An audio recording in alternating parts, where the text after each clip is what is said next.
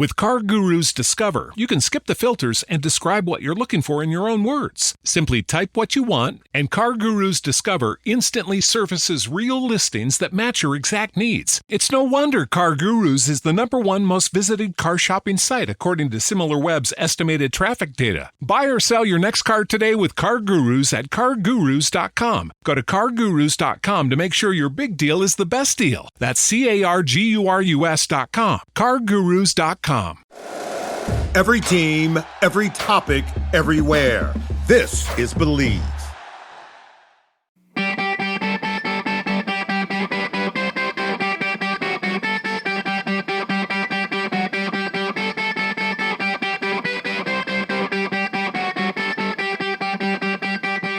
What up, everybody? Happy Wednesday. Short shifts here. 10 minutes are on the clock. Jeffrey, Jehu, Levechki, Yo has no idea what the topic is going to be today. However, should you choose to join this magic carpet ride with me, we will have a great time today. Do you accept this challenge? I accept. He accepts. Okay, here we go. So last week we talked about how to set the tone for a coach going into the season. First practice, some different things to do. Now I want to ask you about a player. So if you're a player, like, what's your mindset going into your first practice? What's your mindset going into a new season? Like, what are some things that you can do to really maximize your abilities in that first week? Everybody's kind of nervous going in. They want to make a good impression on their coaches. They want to make a good impression on their teammates. So talk to me a little bit, Goose, about, if I call you Goose, that means I'm Maverick. So there we go. Love it. Talk to me, Goose, about what you would do as a player heading into the season. No friends in the first week. No friends. I want you to make a statement. I want players to show me that they are ready to go and they are ready to do something this year. No friends in practice the first week, especially not the first day. Like, all out, assert your dominance. Give everything you have, 100%. I was actually talking to one of my guys who today was his last day in the gym. So we were talking about, starting training camp at the end of this week. This is literally exactly what I said to him. Go first in every drill, run over whoever's in front of you. There's no friends. Like, you're trying to, you can't make a second first impression. You get one first impression on the coach. And even if it's the same coach as last year, a lot of coaches, they're going to take into account what happened last year, but it's a new year. You got to earn it. So, like, what are you doing in that first practice to show that, like, you want to be the guy? You want to be whatever your goals are, whatever you've been saying to yourself all summer. I'm going to play power play. I'm going to play top 2 lines. I'm going to be top 4D, top 2D, whatever it is. Well, go out there and show me as the coach that you want that. And that was my, first practice of the year is my favorite practice every year. So let me ask you this. You say no friends, right? That's between the whistles. Yeah, obviously. Yeah. I want to make sure that we're clear on that. When we say no friends, he means between the whistles, in a drill, in a rep, when there's competition involved. We're not talking about, not talking to your teammates or don't be a dog in the locker room.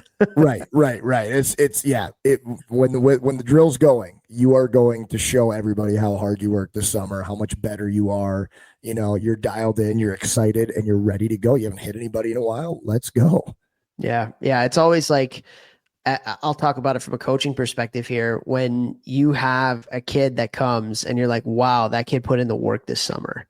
Or like, that kid looks completely different. And it could be from playing multiple sports. It could be just falling in love with the weight room, whatever it may be. I'm not talking about you had to, skate 93 times a week this summer. But like, when a kid comes back and you can see that they've grown a little bit maturity wise, that they've grown a little bit, they're a little bit thicker, they put on some weight. Maybe if you're a little bit older, that's a little bit more muscle. Like, that impression is huge. And then what I will say too, like, you want to impress your coach, be the most competitive kid on the ice. Yes. There's nothing that stands out more at the beginning of the season because like I'll actually say this, spoiler alert to the kids, like, the first practices execution wise are usually pretty bad.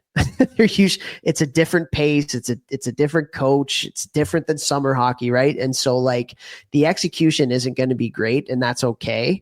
But like, your competitiveness and the things that you can control, just like your focus, your effort, your attitude, all those things, that's got to be huge. And like, especially if you were a kid, like maybe you have the same coach and it was your coach last year. and you come in completely different, like, and you've taken a huge step forward, that there's nothing that gets you trust with a coach more than that.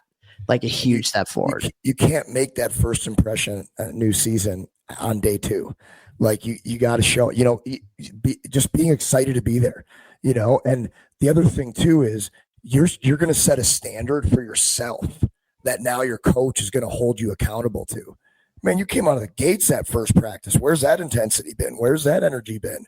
What's going on? So you're doing so many things. Like you're setting an example for the rest of your team. Like everyone will level. If you bring another level, the guy who's going against you has to bring another level, or else you embarrass him. So he's automatically going to have to bring another level. So you are making your teammates better. You're making your team better. You're setting a standard for yourself and for your team from an effort and attention to detail and all of these things. So like you set that tone on day 1, and then you have quality leadership. Like that's going to carry you through the rest of the season. And like Toph said, there's going to be execution errors. It's the first day of practice. Some guys haven't been on the ice very much, but it's the effort and the intensity and the compete and the want to win. That's what you're looking for out of that first day. And that's what everybody's going to notice, from your teammates to the parents watching, to the coaches, to the staff, to everybody. Yeah, 100%. And one of the biggest things that I always talk about when I get in front of players is like, make the standard. Like if your standard is really high, everybody's going to have to keep up with that. And then everybody's going to make each other better. Right. So like if your standard is not very high, like your practices aren't going to be great. You're not going to get better. I say it like the most selfish thing that you can do as a teammate is not bring your best effort in practice, because you're not making your teammates better. The best thing that you can do to be a great teammate is to come with enthusiasm and bring your best effort. Because if we're doing a drill, you and I, Vex, and you're not giving your 100, you're not making me better. If I'm not giving my 100, I'm not making you better. And so, like you said, like set the standard on what that means for your team. And what I will say too is like, don't be afraid to be the quote unquote Johnny Go Hard. Like I'm telling you guys, like I hear this from kids a lot, where they are scared to put everything they have into things because they're going to get made fun of by their teammates that don't want to work that hard.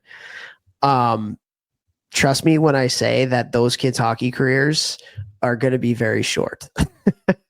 and with you setting the standard and putting that effort in, like that's ultimately what's going to help you get to your goals, and it's what's going to make you a better person too. So like, don't be afraid to give everything you have, especially in the first day of practice. It's going to help set that standard, and don't worry about what the riffraff have to say if they don't like it. The riffraff. As you get older, being the smartest and the hardest worker in the room is a badge of honor. It's the cool thing. That's the cool kids table.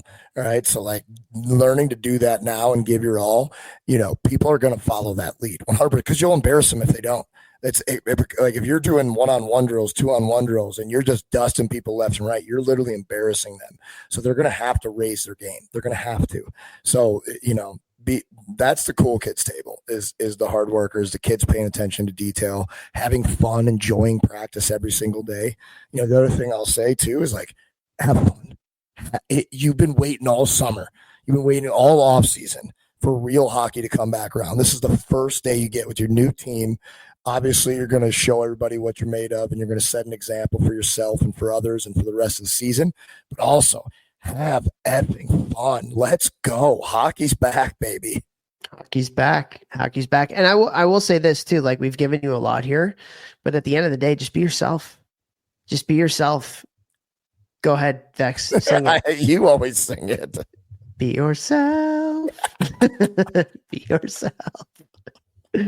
If you know that movie, We Can Be Just Friends. Hey.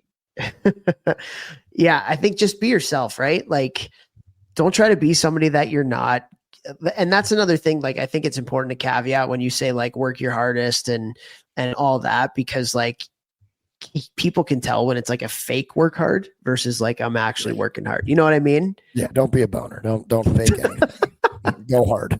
There's 100% or there's not 100%. There's like a working hard to get better and a working hard to like be a great teammate. And then there's the other kind of working hard where it's like, I'm working hard just to impress my coach. And that's all I really care about.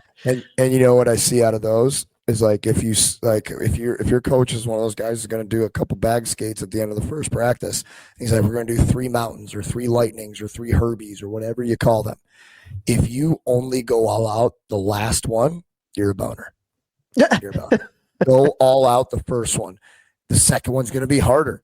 Go all out on the whatever you got left in the tank. Go all out. Third one, whatever you got left in the tank, you spend it, you give it, because that is what's going to drive you to be a lot better. It's going to teach you some serious lessons about yourself, mental fortitude. All right. But you're going to get in way better physical shape by doing that. And in a month or two, you will not be tired in games if you do that. Don't be the guy who goes medium hard on the first one and second one. And then coach says, hey, last rep.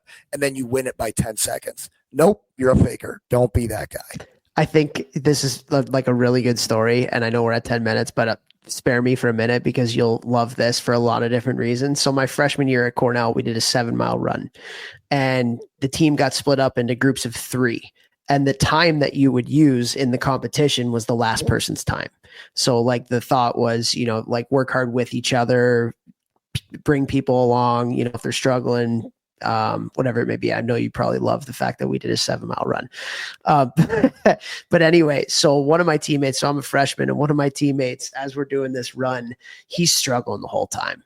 He's struggling the whole time. And myself and another one of my teammates, we were like, encouraging him the whole time. We had to walk at different times. And it was just like, come on, like, you got it. Don't worry, blah, blah, blah. So it's a 7-mile run, right? So we're getting out into the wilderness, it's away from the rink. We start and end at the rink. And then we get into eye shot distance of the coaching staff and the finish line at the end of the 7 miles. And the dude that we were like carrying basically the entire time decides to all out sprint to the end. And we were like, me and the other guy look at each other. And again, I don't know. I'm a freshman, right? So I don't know these people very well. And we look at each other and we were like, did he just do that? Like, did he just do that? So he showed us up like at the finish line when we carried him the whole time. So that's terrible. Yeah. And I love him. I love the guy, but at the end of the day, he is a player that had a very high ceiling and didn't quite get close to getting there. And makes sense, All between and again, ears. love the guy. Would take him on my team again in a second. But I'm sure if he went back, he would probably do that differently, Yeah. No, so, I had a guy in the gym. That's what we're talking about. I had a guy in the gym last week who's arguably one of the most skilled guys I trained. And he did that on our shuttle run on the last one. When I said this is the last one, he dusted everybody. Now, part of that is learning to spend what you don't have, or like everything you got to empty it on that last one. But I could tell there was such a difference between 1, 2, 3, and then the fourth one that I was like, hey, so what that means right there, that was awesome. I'm really proud of you for spending it right there. But you could have gone harder in your first 3, and you wouldn't have had that same type of gas tank for that one. And I care more about the first 3 than just the last one. You know what I mean? I totally get it, but it's a great lesson to learn. Coaches out there, you see a guy doing that, take him aside and talk to him about it, because that's fake. Moment. Yeah, it's a great teaching moment. And if they stop doing that and they start giving their all, they're instantly going to get better. So first practice out there, players, parents, coaches, have fun, enjoy it, set the standard, and no friends. Between the whistles. All right, time's up. Share the show.